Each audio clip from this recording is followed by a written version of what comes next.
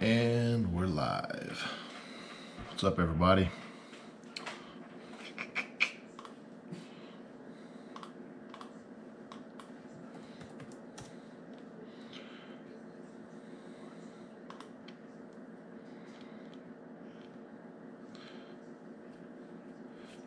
All right, setting up a new live stream here with the GoPro Hero 7. Had a little technical difficulty earlier. What's up in Sweden? Thanks for joining me. Figured I'd do a little Q&A here on Saturday afternoon, see what everybody's doing, see where you guys are at, what's the training looking like, how's the weather, all sorts of stuff. 700 will happen. I am very confident. I don't know if you guys are following along on the recaps or not. Just finished week 18, 6:15 for 2. Felt very, very good, very fast, a lot faster than I really expected. The workout for next week is going to be 6:30 for 2. That will be a PR for reps for a double. A lot of you guys have asked what kind of what my training looks like and how.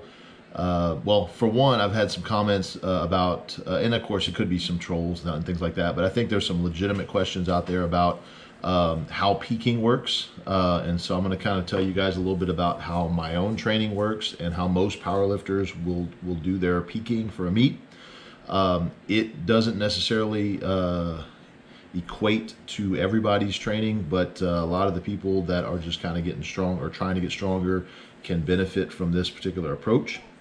And basically, if you go back to week 1, back September 1st or so of this year, or I'm sorry, 2018, I was doing sets of 440 for 10. Then I went to 450, 460 for 10. And I started building up. So if you envision a pyramid, the bottom of the pyramid is a lot wider. The base is a lot wider than obviously the tip. The tip is the peak. That's the peak, that's the meat, that's the max date. And so starting as far out as you can, obviously there's some skill that goes into this, some experience.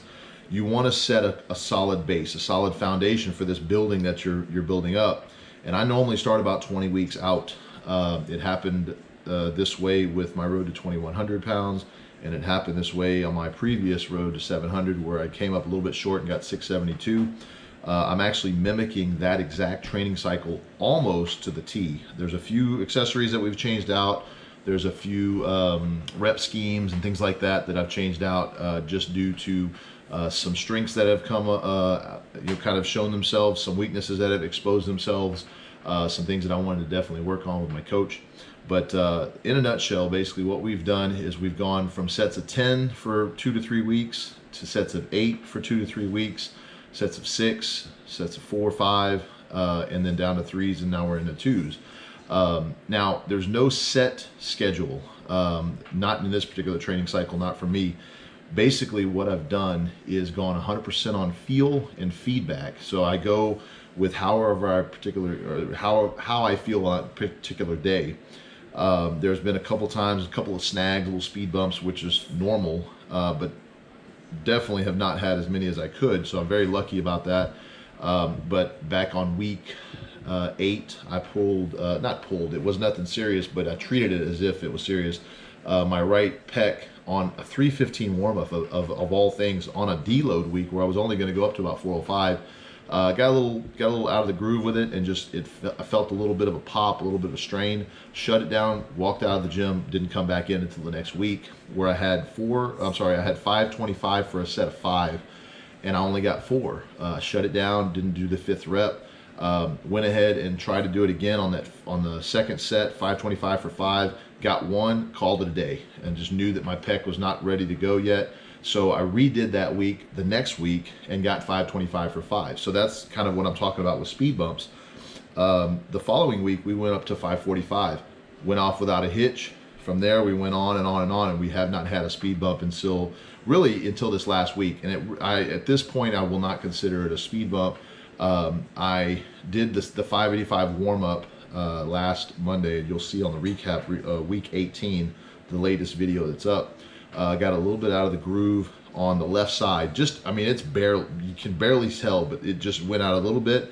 It pulled a couple of fibers in my left pec and gave them a little bit of a strain. What I did is I shut down. Well, I went, obviously that didn't feel, I didn't feel it until after the 615 for 2. When I went to my speed bench, it was 523 by 3. I noticed that it just didn't feel smooth. It didn't feel solid. It felt like, you know, if you start your car up and it sounds a little funny, you know what your car normally sounds like. So your instinct is to go and check under the hood or go to figure out, you know, why is my wheel making this weird noise? Same thing with your body. When you feel something off, stop and check it out. See if you can analyze what's going on. Sometimes you can't even figure it out. I mean, if you're not a doctor, you're not going to know exactly what it is, but you know how it feels. You know if it's painful, you know if it's sharp pain, if it's a dull pain, if it's a pull, if it's something that's just tight that just needs to be massaged out, maybe just take a break for a little bit. And so you analyze all those things and you either continue on with your training either in a reduced state, or maybe you go balls out because you're fine, or you stop and you go home. I mean, there's nothing wrong with that. I didn't quite go that far. What I did is I actually shut down my speed bench, which means I basically did 2 reps, 1 rep on the first set of speed bench. I noticed it was off.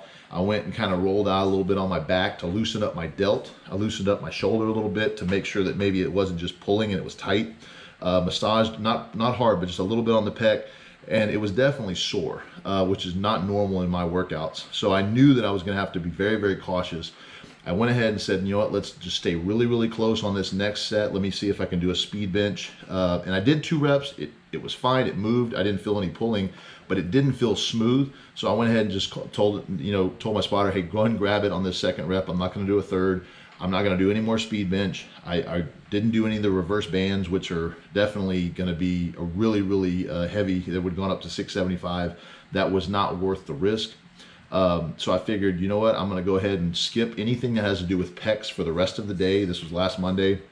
Went on to heavy lockouts, and those went off without a hitch. They felt really good.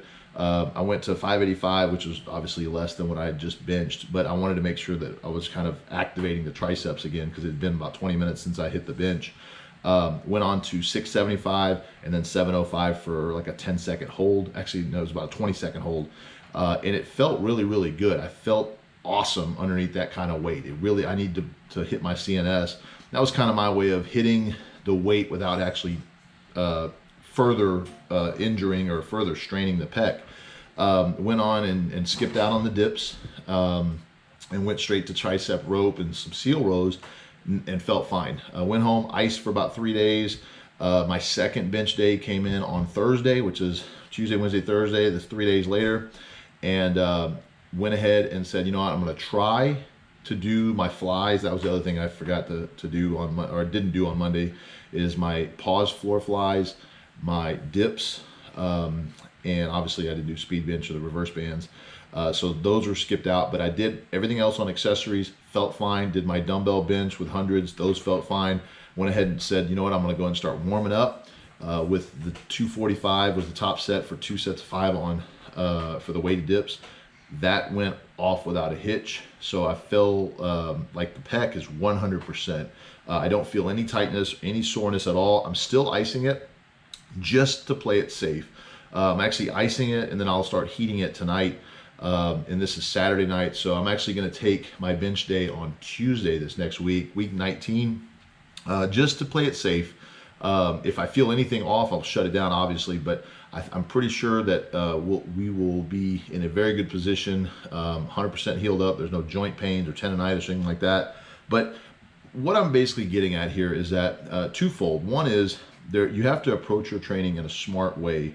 Know your body, really feel, be in touch with how you feel in workouts, and don't be afraid to shut it down and walk out of the gym. There's nothing wrong with that. Now, on that particular day, yeah, it feels like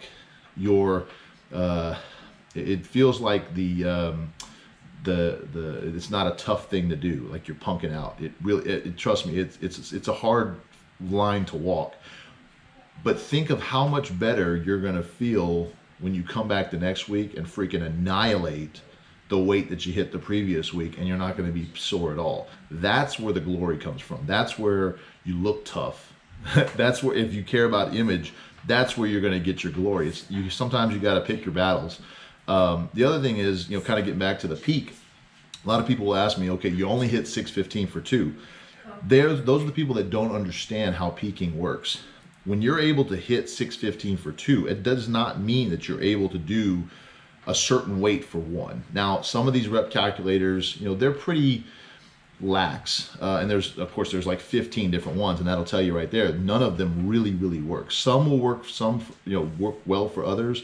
Some work really well for squat or deadlift or a certain type of lifter. And it used to work for me like in the reps of 5. It could predict somewhat accurately my 1 rep, but honestly, it was just by chance. It just happened to be that my 5 rep max matched up almost perfectly with my 1 rep max on this calculator. I don't go off that at all. I mean, technically, right now, I think on a calculator, my 1 rep max should be like 660 or something. And I can tell you right now, if I lay down on a bench and I had a gun to my head, I could probably do 685 today. But I want to be 100% when I go for this. I don't want to be in a fatigue state, which is exactly where I'm at now. We are about 5 weeks out. I have 5 weeks to basically train heavy, but also reduce my accessory work, which is like 75% of my workout. If you think about an iceberg, the tip of the iceberg is that 615 for 2.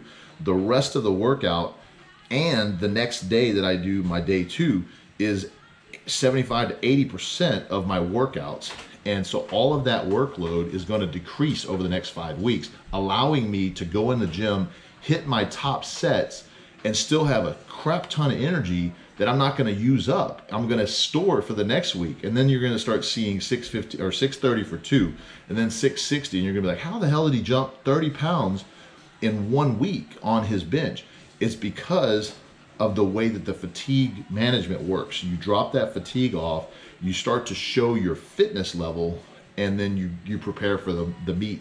And even on meet day, even if you're within 30 pounds of your 1 rep max, it's not uncommon for the meet atmosphere itself and the week before of rest to give you, not say give you, but to allow you to shed off an extra 30 pounds on a PR.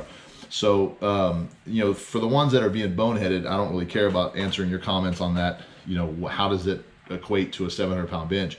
What it is when I did my 672 and handled 702 twice and almost locked it out, my PR for 2 was not near what it is now. So I'm definitely stronger than where I was last year. I've gone through 2 full meets and a 2100 total. That was by far the hardest powerlifting experience I've ever had to endure, as far as training and being able to pick the right numbers and to last for 8 hours in a full meet. There's no joke there.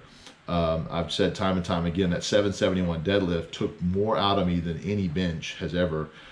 So I'm going into this meet with so much confidence. It's just a matter of making sure that the stars align, the luck is there, the skill is there, trusting the process, trusting the program, making sure I'm not injured.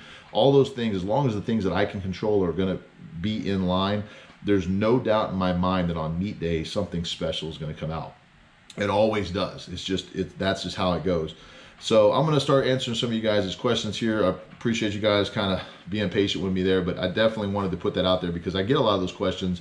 And a lot of it is, I say, from kids, but some of it's from grown men who just don't understand the process. And I don't want to go as far as saying, they don't know what they're talking about, but I know that for the longest time with powerlifting, I didn't understand the peaking process. Now, being a swimmer, I understood, I guess, the peaking process. We called it tapering. And that's where you basically have the crap ton of work in the beginning of the season to get in shape. Then you get super fast during the strength phase, if you will, and then you get all that fatigue off by tapering down and literally only going into the practice, doing your particular races and going home. And you have so much energy built up because you're so used to spending all this extra energy doing these extra sets and laps and, in the gym as far as reps and sets. Now that you're not doing those, you feel like $1,000,000. And there's no greater feeling going into a competition of your lifetime then having all of this extra energy plus the confidence and knowing that you've put up these super crazy numbers going into it, it's a recipe for success. And that's exactly what we're trying to set up here. So, all right, let's see what we got here.